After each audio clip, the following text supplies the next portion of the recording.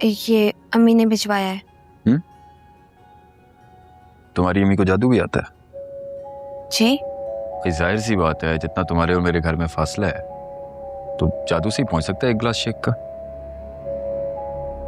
ये मेरी अम्मी ने नहीं, आपकी अम्मी ने भिजवाया है, मतलब ममानी जान ने। तो फिर ऐसे कहो ना कि ममानी जान ने भेजा है। ये अम्मी अम्मी की रट लगाकर क्या साबित करना चाहती हो तुम? मुझसे ज्यादा सगी हो तुम मेरी माँ की।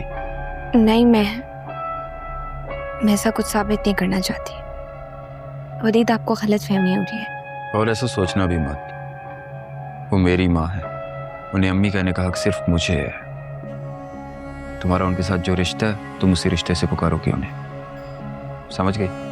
लेकिन उन्होंने ही मुझे कहा कि मैं उन्हें अम्मी बोल, और इस बात में मामू जान की भी ख्वाहिश। मैं जो कह रहा हूँ वो तुम्हें समझ नहीं आ रही है? मुझे समझ आ गई, मगर क्या लेकिन अगर मगर लगा रखी है तुमने?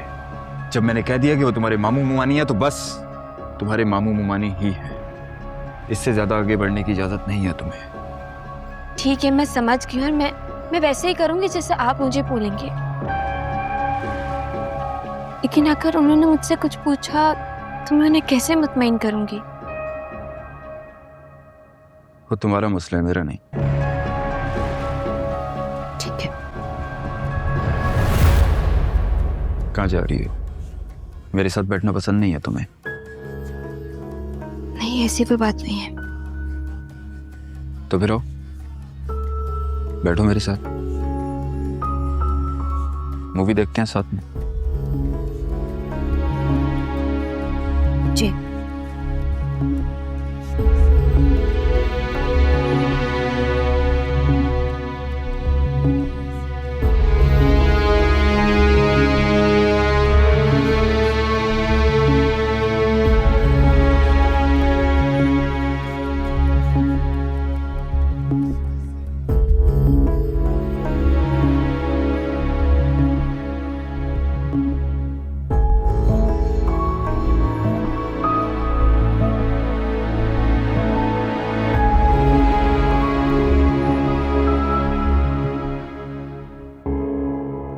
बुरा तो लगा, लेकिन इसलिए नहीं कि तुम नहीं आए, इसलिए कि दानिया ने आने से इनकार कर दिया। तुम ये सब किस तरह कर लेती हो सादिया बेगम? अफसोस होता मुझे। अस्सलाम वालेकुम। वालेकुम अस्सलाम। आ गए बेटा खैर से? जी। सोनिया को छोड़ा है? और शाहीन बेगम कैसी है? एक सेकेंड, सांस तो लेने दे, मैं बताता हूँ आपको। ऑफिस जाते हुए सोनिया को छोड़ाया था, और शाहीन आंटी ठीक है, मतलब बीमार तो अभी भी हैं लेकिन पहले से बहुत बेहतर है। अरबाज से मुलाकात हुई? नहीं, अरबाज से मुलाकात नहीं हो पाई। मेरे ख्याल से शायद ऑफिस चला गया था या जा रहा था, और सच बात यह है कि मैं खुद लेट हो रहा था ऑफिस के लिए, तो मैंने नहीं पूछा। पूछना चाहिए था बेटा, दामाद जी का जरूर पूछना चाहिए था। चलो, अल्लाह मेरी बच्चियों की हिफाजत करे। आमीन आमीन। अबू, क्या बात है, मैं कुछ दिनों से देख रहा हूँ कि आप बहुत परेशान हैं।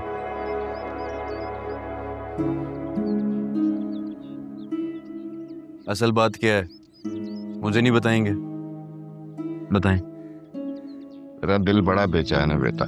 सोनिया की शादी के बाद ऐसी बेचैनी नहीं थी, एक इत्मीनान सा था कि अरबाज बहुत अच्छा लड़का है और शाहीन बेगम बहुत प्यार करने वाली और खलूस खातून। मलिक बिलाल चाहे भी तो उनका कुछ नहीं बिगाड़ सकता। लेकिन क्या? ये तुम्हारी माँ ने जो तानिया की शादी में दिखावा किया है ना, इस दिखावे की आग में मेरी दोनों बेटियां जलेंगी। और सितम तो ये है कि उसे इस बात का एहसास तक नहीं। ये बात करके तो आपने मुझे बहुत परेशान कर दिया है। वलीद आया था सुबह, अकेला। अकेला? दानिया साथ नहीं आई? वो कह रहा था दानिया हमसे नहीं मिलना चाहती और यहाँ आना भी नहीं चाहती। भला दानिया ऐसा क्यों कहेंगी? तुम्हारी माँ को इस बात की तो बड़ी खुशी है कि उसका भतीजा उससे मिलने आए, मगर इस बात का जर्रा बराबर भी अफसोस नहीं है कि वो हमारे मुंह पर झूठ बोल कर गया।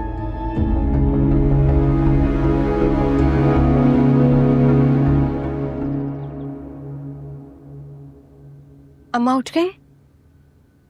पता नहीं। मैं देखा उन्हें जाके। तो जाओ, मुझसे क्यों पूछ रही हो? नहीं वो मैं बस। हाय भाभी, आ गई आप? कब आई? किसके साथ आई हैं? मैं तो सुबह ही आ गई थी। तुम कहाँ थी? नजर नहीं आई सुबह से। और मुराद भैया छोड़ के गए थे। हैं? आप सुबह से आई हुई हैं और मुराद जी आपको छोड़ के गए? चले भी गए? मुझे पता क्यों नहीं चला?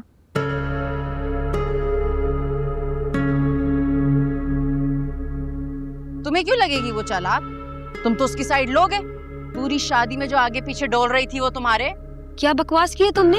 कौन आया और आकर चला गया जिसका तुम्हें पता नहीं चला? मुराद भाई की बात कर रही हूँ। आखिर इतने दिन इनके घर रुककर आई हूँ तो अंडरस्टैंडिंग तो हो गई है ना? अंडरस्टैंडिंग?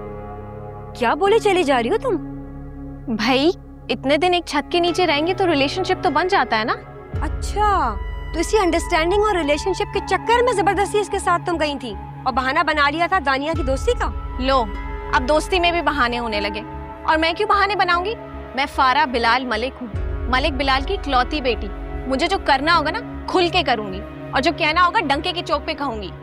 बहुत खूब, मैं भी तो देखूं जरा मलिक बिलाल की बेटी फारा बिलाल मलिक क्या करना और कहना चाहती है। पहले मेरे सामने तो डंके बजा लो, जमाने की बात तो बाद में आएगी। क्या मसला है आपका अम्मी? हर वक्त मेरे पीछे पड़ी रहती है। जाए ना अपना काम करें।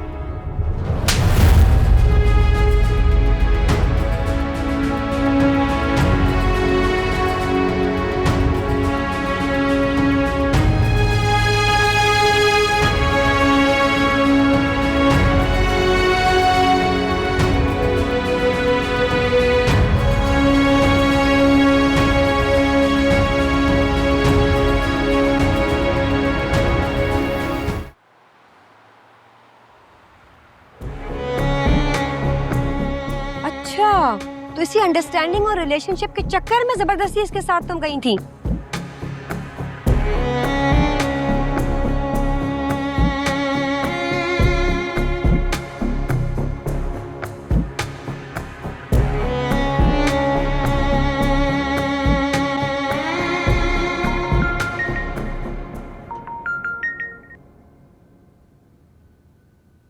जी अस्सलाम वालेकुम। कौन? वालेकुम अस्सलाम। फारा बात कर रही हूँ मुराद जी। फारा कौन? अच्छा अच्छा, जी जी फारा जी, क्या हाल है आपके? और आंटी कैसी हैं अब? सब ठीक है, बस मेरा ही हाल खराब है। क्या क्या कह रही हैं आप? बिल्कुल ठीक कह रही हूँ, और मेरे इस हाल की वजह सिर्फ आप हैं। आप कैसी बातें कर रही हैं? भला मैं आपके अच्छे बुरे हाल का जिम्मेदार कैसे हो गया? आप ही हैं मुराद जी। सिर्फ आपकी वजह से आज जिंदगी में पहली बार मैंने थप्पड़ खाया है। मार खाई है मैंने अपनी माँ से। मेरी माँ मुझ पे शक कर रही है सिर्फ आपकी वजह से मुराद जी। लेकिन उन्होंने ऐसा क्यों किया? कोई तो वजह होगी। हाँ है वजह। जितने दिन मैं आपके घर रुकी उन्हें लगता है कि हमारा अफेयर है। ये किस तरह की बातें कर रही हैं आप? क्या हो गया आपको? और भला वो ऐसा क्यों सोचेंगी? उन्होंने जो सोचना था वो उन्होंने सोच लिया है। मेरा दिल बहुत टूटा है आज। दिल चाह रहा है मैं कुछ खा के मर जाऊं। फारा फारा प्लीज, आप इस तरह का कुछ नहीं करेंगी। ठीक है, लेकिन उसके लिए आपको मेरी बात माननी पड़ेगी। कौन सी बात? आप मुझसे फोन पे बात कर लिया करेंगे ना तो ठीक है, वरना आप मुझे जानते नहीं हैं, मैं बहुत जिद्दी हूँ। आप सोच लें मुराद जी, मेरा नंबर आपके पास आ गया है। मैं कल तक का आपका वेट करूंगी।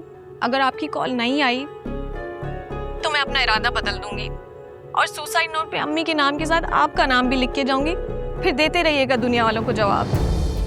फारा, मेरी बात तहम्मुल से सुनिए। आप ऐसा कुछ भी नहीं करेंगी, समझी?